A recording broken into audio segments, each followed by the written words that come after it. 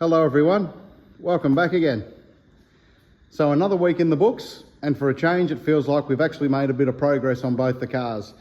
We've got some engine work completed on the Super Cheap Auto Ellery AU, which is really exciting, and we're not far off firing this car back into life again as it's nearly track ready. We've also got a fair bit of work completed on the conversion of FTR3, and as you can see at the front, there's a lot more AU Falcon there than what was there this time last week. It's one of those weekends where everything comes together really nicely, so we're putting together an update for you which is currently being edited, and we'll share with you the second it's ready to go. During the week I put up a photo of car 31 beached at the bottom of the chase at Bathurst during the 2000 FAI Bathurst 1000. The photo generated a lot of comment and a lot of memories being shared, and interestingly Steve himself even commented sharing some of the details of what actually happened that day. Now interestingly, Steve said he was trying to overtake a car early in the race, hit a wet patch, locked a brake, and saw him spear off the road at the bottom of the chase. Interestingly, the car he was trying to pass is FTR3. So it's ironic that the two cars are now living in the same garage today.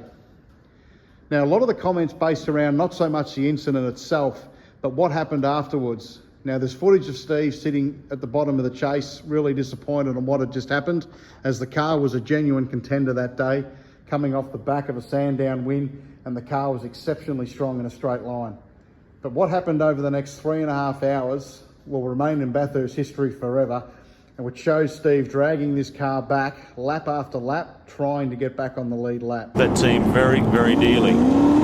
Here's the points in the Shell Championship Series coming into this grand finale. Now to Tander, 1193, a 209 point. But Bathurst being Bathurst, it's not over till it's over. How soul-destroying is this for Stephen Ellery?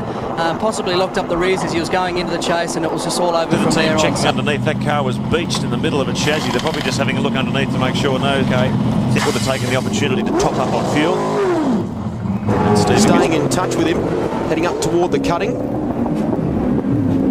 Back in about 45th position, Stephen Ellery after that spin at the chase. We'll see him here. Can he get past Dougal McDougall? He makes... Up the inside, coming up towards the park, got it very, very sideways. Didn't manage to get past the Pepsi Commodore there. As they drop down now into Solomon Park, heading toward McPhillamy. He's meeting the Commodore sandwich right at the moment. Ellery, though, on a charge. He wants to get back toward the leader of the race. It was absolute bumper to bumper. We saw Neil Crompton do a few laps a few years ago, I should say. He managed to unlap himself, get back on the lead lap. Here he goes. He got inside McDougall there. So Ellery pushing hard in the Super Cheap Autos Falcon, trying to make up for that because that is third placed Larry Perkins just up in front of the Mitre 10 Ford. So Alain Menu now locked in a battle for third outright in the FAI 1000, closing in on the back of the Castrol Commodore of Larry Perkins as the conditions continue to deteriorate. Talk to the ground too quickly in these wet conditions. The back will simply step around on you. He's very fast on these changeable track conditions. Now look at him with the Super Cheap Autos Falcon climbing all over the back of him. He's all over the back of the Castrol Commodore, battling for third position. And the Super Cheap car is desperately trying to fight its way through the field. A team already involved in that incident on top of the hill. Oh, and a big push from the Super Cheap Autos car, running a lot further down the field. Ellery's actually running in 31st position at the moment and desperately trying to unlap himself. Chair complete with wings and all the team paint.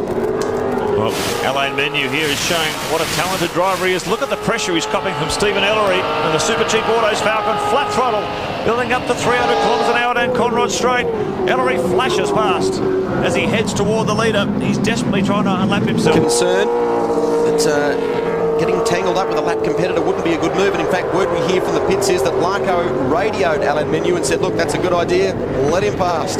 Driving much, much harder and taking a lot more risks than the guy who's actually in contention for the lead. There we are on board the Super Cheap Auto in-car camera.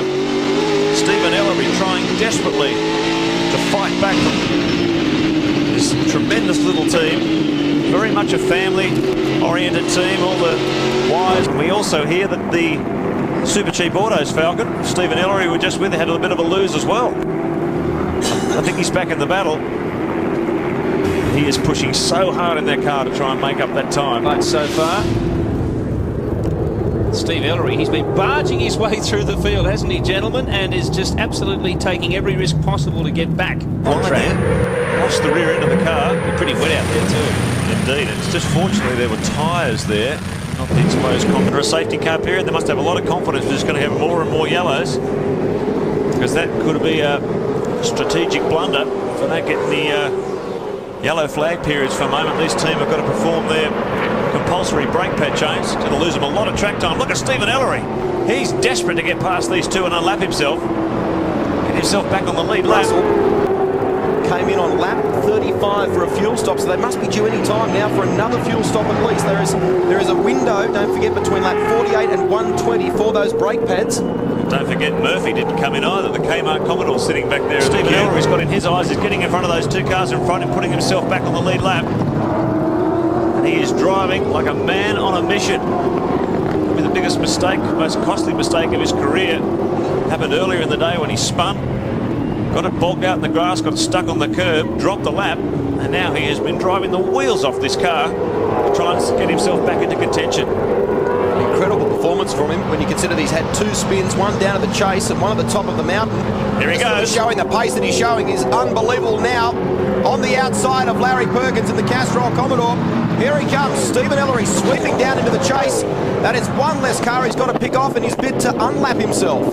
Yeah, that car's got some speed in a straight line. We saw that at Sandown, that obviously has high hopes of really battling it with the top teams next year. This has been an extraordinary race, Wade, particularly from a strategy standpoint, hasn't it? It is. I'm actually just sitting here watching Crompton to see if Ellery actually can make any pace on Cromley, because I know Cromley's out there pushing real hard, and I know Ellery's car's very good, so I'm just interested to see if he actually can make any ground on him. Oh, look at this now. Stephen Ellery just went way off the racing line there. I think he almost locked his brakes in his pursuit of Neil Crompton.